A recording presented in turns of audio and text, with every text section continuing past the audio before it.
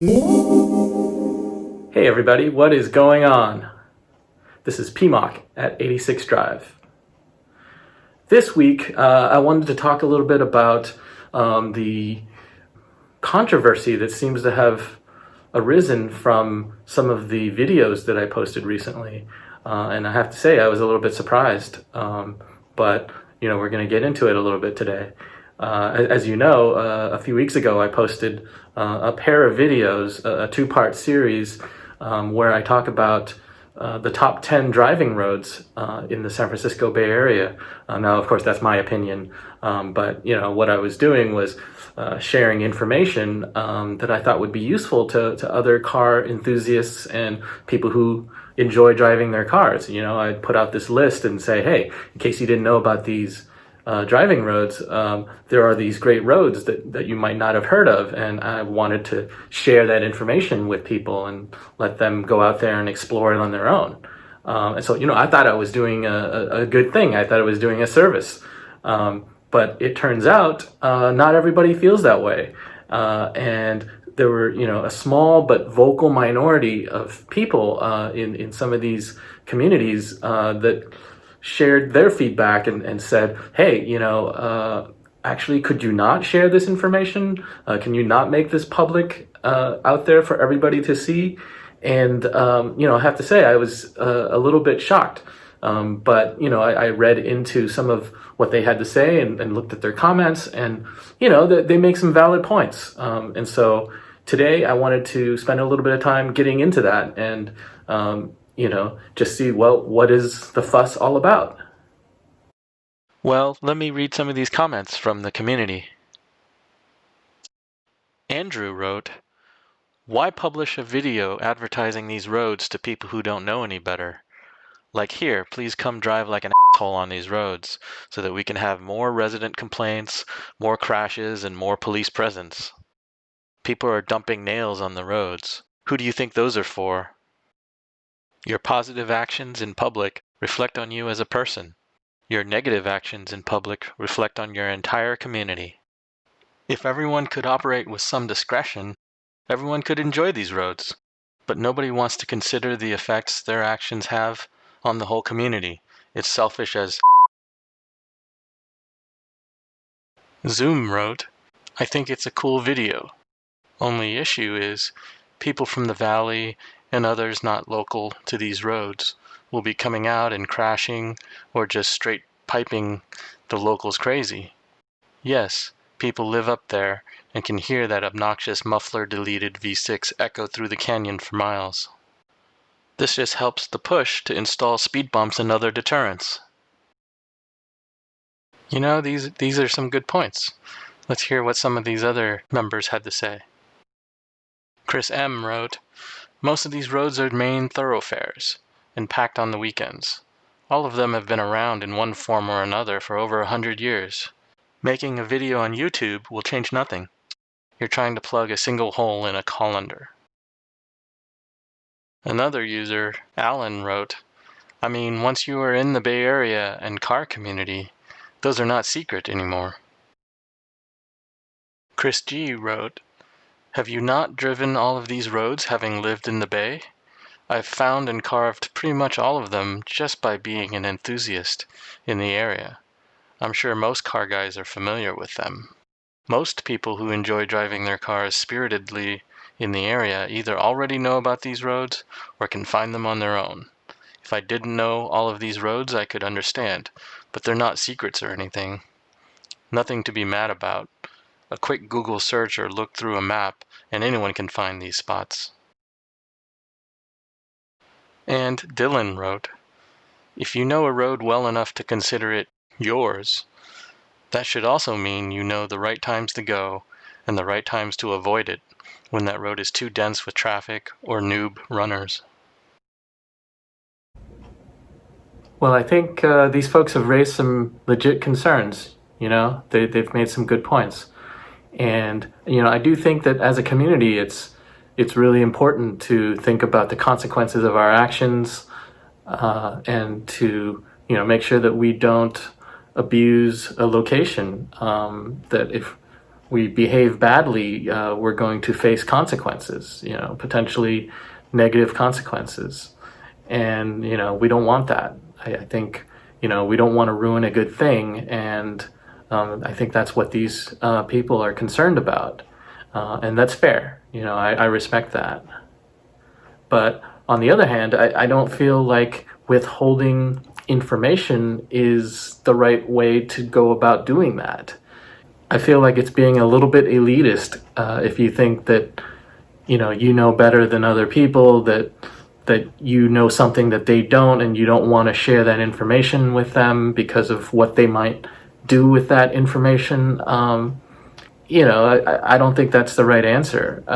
I think the right answer is, to be a community, to be supportive, to be sharing, and to teach people the right things to do. As a community, I think we owe it to ourselves and to these other people to share information, but also share knowledge and experience, and to teach inexperienced people the ropes. If somebody comes out for the very first time to drive on a mountain road, or do some canyon carving with us as a group, I'm going to take a moment and introduce myself, tell them that, hey, it's not a race. We're going to be responsible on this drive. Don't drive beyond your limits. I set these ground rules, and I think most of the groups of people that I drive with do the same. We all try to foster a sense of responsible enjoyment of these roads, and I think that's important. And if you watch the videos that I put out, I made it a point to bring that up within the videos as well, to say, hey, there's going to be other traffic out there. There's bicyclists, you've got to respect the other people on the road. And the same goes for the people who are local to these roads. I like to think that most of us are not locals to these roads that I drive on. I don't live near there, and I try to put myself into their shoes too. It's like 2 a.m. Do I want somebody with a loud exhaust bombing down the road right next to my bedroom? Probably not. So I try to think of it in that term. Just respect the road, respect the location, respect the other people that live on this road, that want to enjoy this road. All users of the road, whether it be bicyclists or motorcyclists, or other sports car enthusiasts. So, I think we try to take a responsible approach to enjoying these roads. And yeah, we don't want it ruined. We don't want to see bad things happen. We don't want to see people crashing and attracting the attention of the authorities, or to have local residents complain and ask for the city or the county to put up speed bumps and other things to, essentially take away from our enjoyment of these roads. And I hear these extreme stories of people who are putting out, sand or rocks or even nails out on the road surface to somehow try and discourage people from driving on these roads. And that's extreme behavior. I think that reflects some serious frustration going on, and I don't condone it. I don't think that that's the right solution, but in some ways I understand it. If it were me trying to sleep at 2 or 3 a.m. and somebody's driving by with a loud car, hooning and burning rubber in my backyard, I'm not going to enjoy that. I'm not going to appreciate that. But I don't think that concealing this information or not sharing information with others is the right approach here. If you try and foster a community, if you try to teach others the same standards and rules and values that you have, I think that's what being a community is all about. I think that that's what we should strive for. And I know, it's not going to be perfect. Not everyone's going to get the message, and there's going to be bad apples out there. But again, I just don't think that completely shutting it down and becoming some sort of secret society where we hide what we do is the answer here. So I think if we set a good example for others, hopefully that will lead to them adopting good behaviors, and they'll learn to respect the road, and when they bring their friends out, hopefully they will pass on those same values to their friends, and that's how we build on this thing, right? Like, when I first went out driving, I didn't know what I was doing, and fortunately I had other friends who were more experienced than I was, and we'd go out and do drives together, and they taught me some basic rules about safety and common sense and things like that.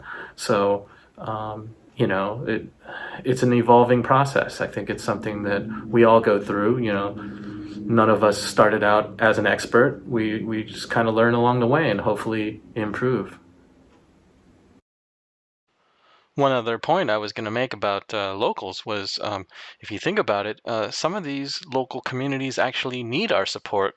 You think about some of these places like Alice's Restaurant up on Skyline, and you've got the Junction Bar and Grill out on Mines Road.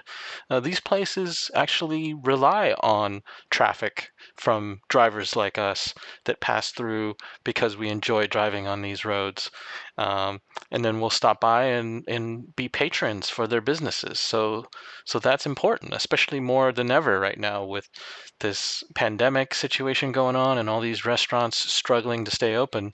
I think they need the traffic more than ever. So, that's the way I feel about it. I don't want to take this elitist approach to this. I don't think that we should be selfish and keep this information to ourselves when it's not even a secret. This is public information that we're talking about.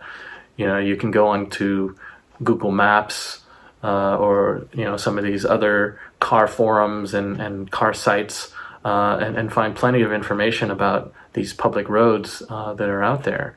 So, if you want your own kind of private playground, do the right thing. Go and rent a racetrack for a day. You can go up to Thunder Hill and rent the skid pad, or do a track day with an organization. And if you've got the big bucks, you can rent the track for yourself for the whole day. I've done that with a small group of friends, and it's fantastic. That's the big boy way of having your own private playground. So I encourage you to look into local racetracks and autocross with various car communities and car clubs that offer those kind of things. There's a lot of alternatives out there. With that, I'm going to turn it over to you guys. Leave comments. Let me know what your thoughts are on this subject. I'd be curious to see what everyone else thinks about this as well. Oh, and as always, please remember to visit us at 86drive.com. We have more stories, more pictures and videos, and some 86 Drive merchandise that you might be interested in. So take a look. Thanks for your support. Thank you for watching. Stay safe, stay healthy, take care.